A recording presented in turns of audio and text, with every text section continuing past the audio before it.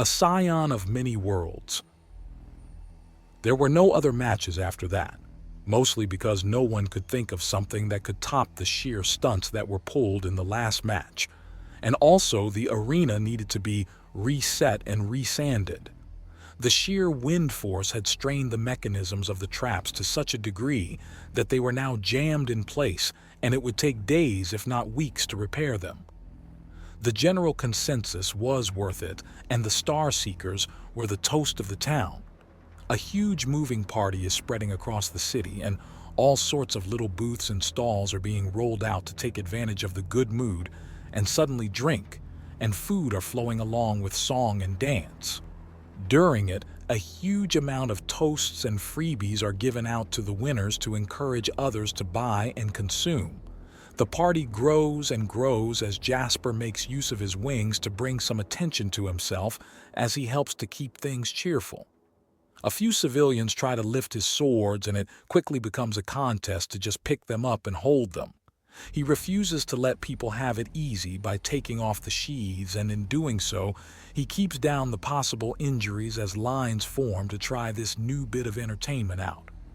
As a pair of sisters hold up one of his swords to the cheer of those around, someone gives Jasper's fur a bit of a yank. It's a great desert Nagasha with her hair braided back hard. She gestures for him to follow, and he nods. "All right, I'll be back in a minute. Don't run off with those," he says, and there's some happy agreement as he follows the Nagasha.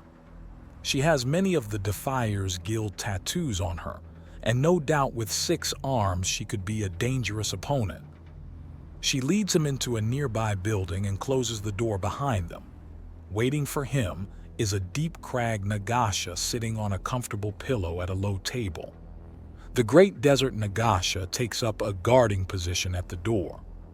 "If I'm out of that party for too long, this is going to look suspicious," Jasper notes, and the deep crag Nagasha nods. "That's why I will be brief.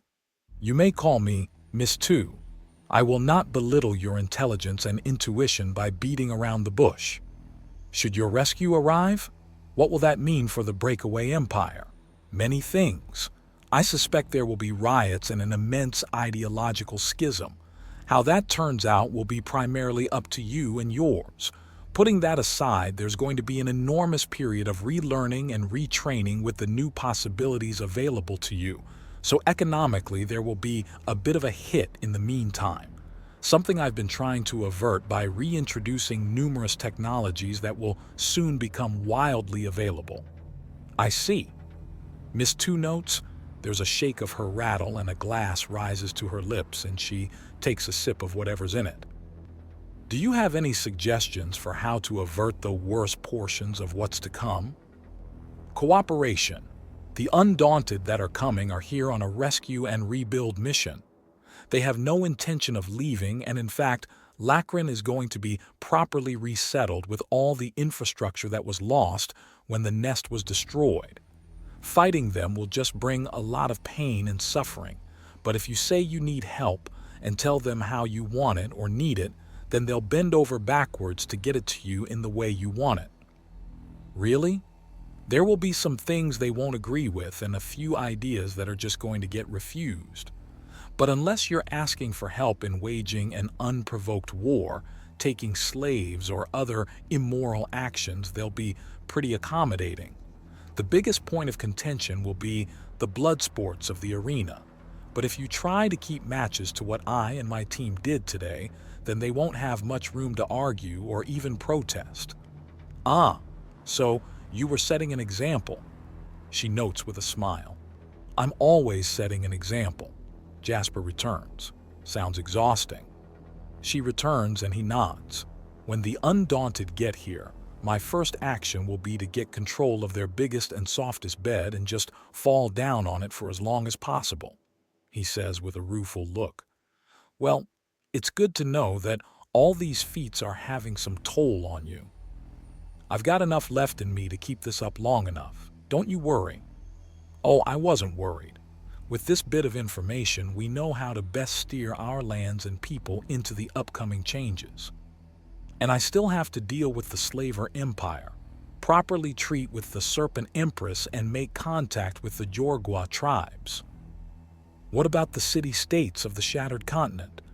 What about them? They've not caused any problems. You don't know? Miss Two asks, and Jasper frowns. They're weapon dealers and agitators. They have extensive spy systems the world over and often try to influence nations with a subtle push. Really? He asks, and she nods. Is there any proof of this? None that can't be easily fabricated and faked. Just having you look into them for a short time should reveal a great deal. Furthermore, we believe they've been hoarding some more unusual or advanced technology. Which means that either there is something there and you can't even properly give me directions, or you want me distracted and looking elsewhere, or possibly there might be something there you're hoping to be exposed to discredit a possible political rival of some kind. Jasper explains, and Miss Two merely smiles. I hate politics. She outright snorts out some of her drink, chokes and laughs. You're in the wrong job, big man. I'm aware of that, Jasper says wryly. It just means I need to figure out all the tricks to get things over with properly the first time so I don't have to retread old ground. Oh, good luck with that. You'll need centuries to get it all straight. I believe it. Thankfully, I have that, Jasper says, and Miss Two goes still. The healing comas, the sleep of restoration. I thought they were just legend, but it's just one of the things you're bringing to us. Do you know the real tragedy of Lacin? I have an idea. I doubt it's the same as yours, though. What you and I consider tragedies are likely different. For someone who hates politics, you're a natural at them, Miss Two remarks before a bitter look crosses her face. The tragedy of Lacin is that one person best positioned to fix this is an overgrown child. Isarazan is a failure as a mother, a leader, and a symbol. Jasper stews on that for a bit. That Miss Two knows the name of the Serpent Empress and spits it with such vitriol said a lot.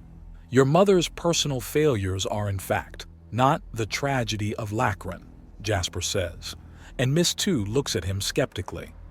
The real tragedy is that all the peoples of this planet, all the organizations like yours, all the lost technology and ideas, you've always had everything you needed to rebuild and remake yourselves.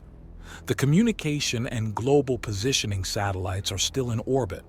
Many shuttles are still fully functional, to say nothing of communicators, several archives, and the laser weaponry. Lacin could have saved itself hundreds of years ago, and foisting all that on one person? No, everyone did that. But of all of them, your mother is the only one that had to live with it. Miss Two has nothing to say to that, and Jasper sighs. You and this entire nation are so devoted to the disappointment you've endured. You spend so much time and energy wallowing in hate and resentment. Imagine what you could do if you put that energy somewhere else. He moves for the door and the guard shifts out of his way. He looks back over his shoulder at Miss Two. You could be so much more. Could have been so much more. So many generations. I'm going back to the party.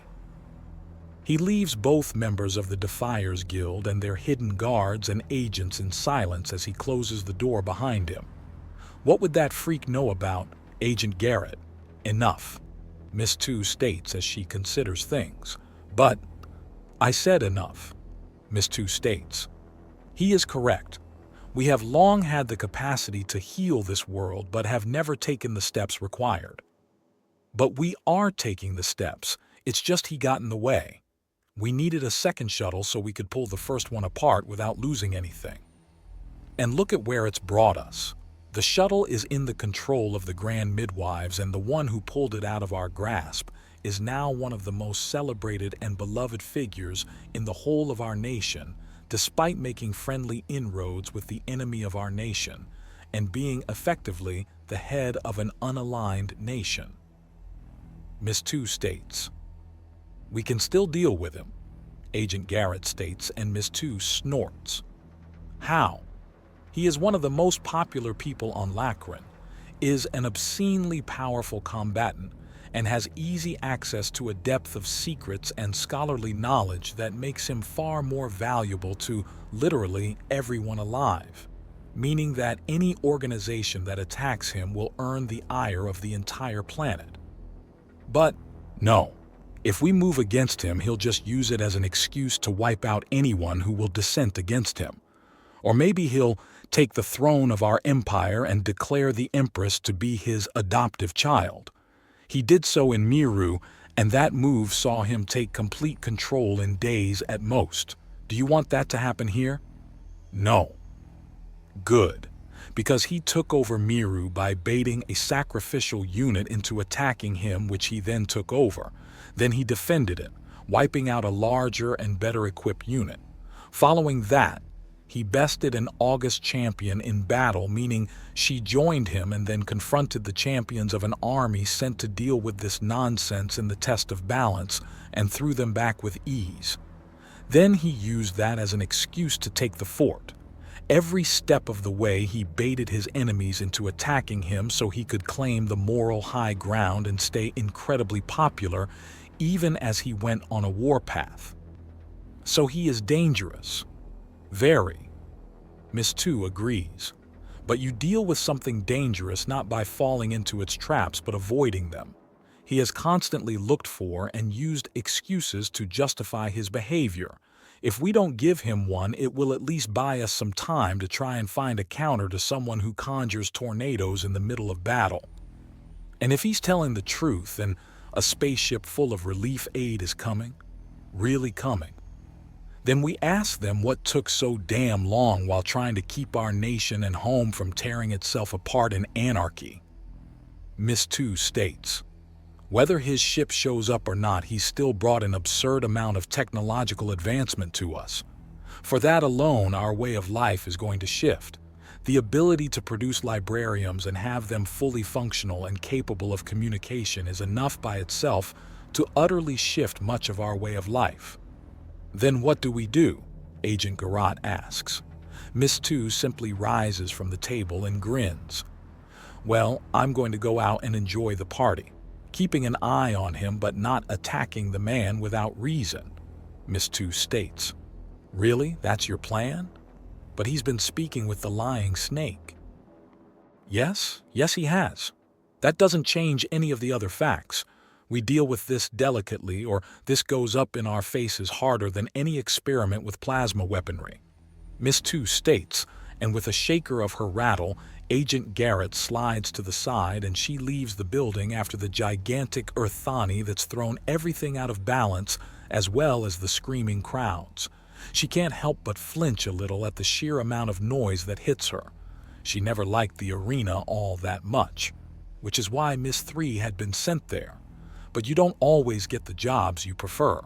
There are always more jobs to do as well, such as life to those who would stabilize a nation.